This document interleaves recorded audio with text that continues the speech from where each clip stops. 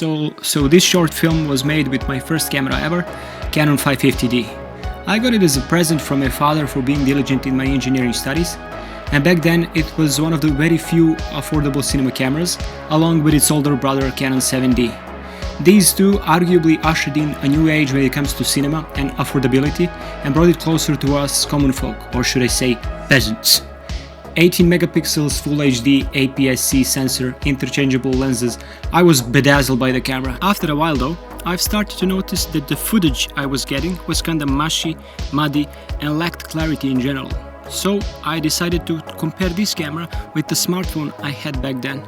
Surely this professional DSLR camera would make short work of my silly old small phone camera, right?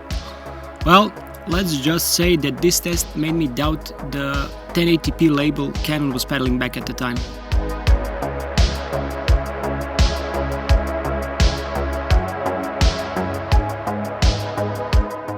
As we can clearly see, there is far more detail and resolution in the phone footage, despite the horrendous compression and minuscule sensor of the phone.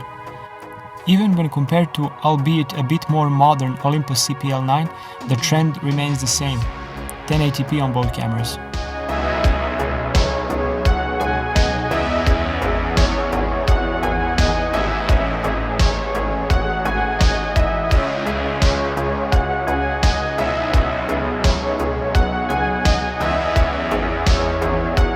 Anyhow, back then I had no money for a better camera, so I focused on circumventing the limitations of the one I had.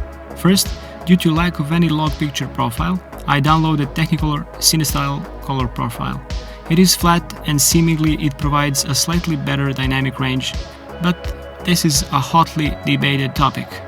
Next, I made sure to film clean and minimalistic scenes, using bokeh whenever I could to mask the aliasing and moire. And I avoided complex landscape shots whenever I could.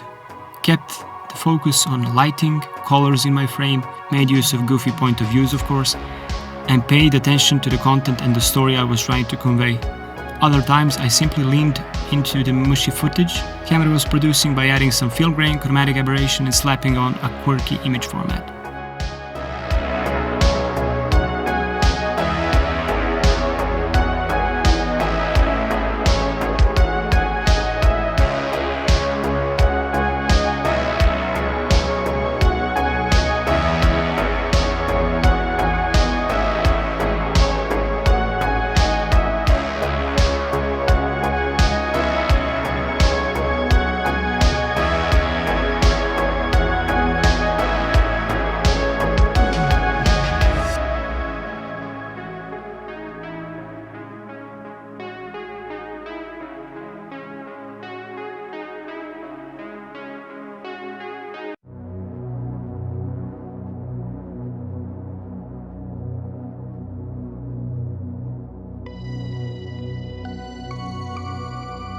But the most significant improvement to this camera came in the form of Magic Lantern firmware.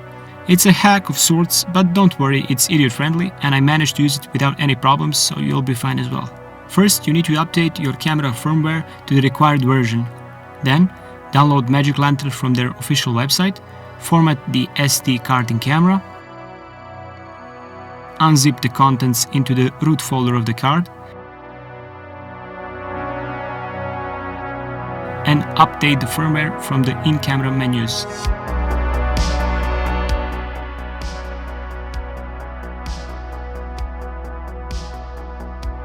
Most obvious benefits of Magic Lantern include histogram, vector scope, waveform, zebras, focus peaking, focus magnifier, electronic shutter, HDR dual ISO video, and many other quality of life improvements, many other modules you are free to explore for yourself. But the most important one is RAW video.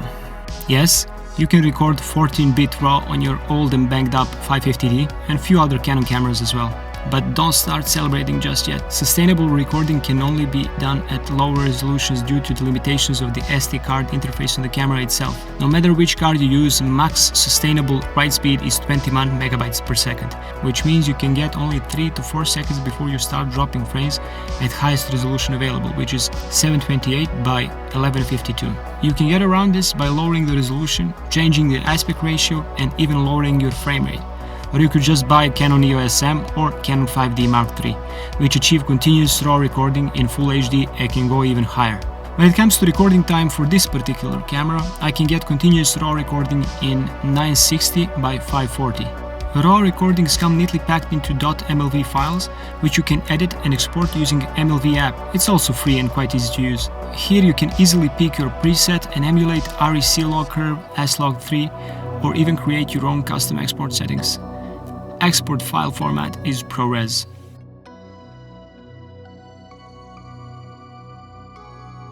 Considering the jarring discrepancy in detail between normal 1080p and RAW, I think that the camera is probably recording at around 600p, 16:9 by line skipping. Then it upscales the footage internally to 1080p. This introduces a lot of moire, aliasing and noise, so the camera slaps on a ton of noise reduction. And finally, it compresses it into a horrendous 45 megabits per second file. So instead of this, we get this. And again at 200%. So I'm left wondering, why did Canon gimp its own DSLR lineup? I sincerely doubted that their engineers weren't aware of this newly unlocked feature Magic Lantern devs have blessed us with. Regardless of its limitations, it still holds up thanks to Magic Lantern, and it was fun to revisit my old camera and see that it too has also grown in a way.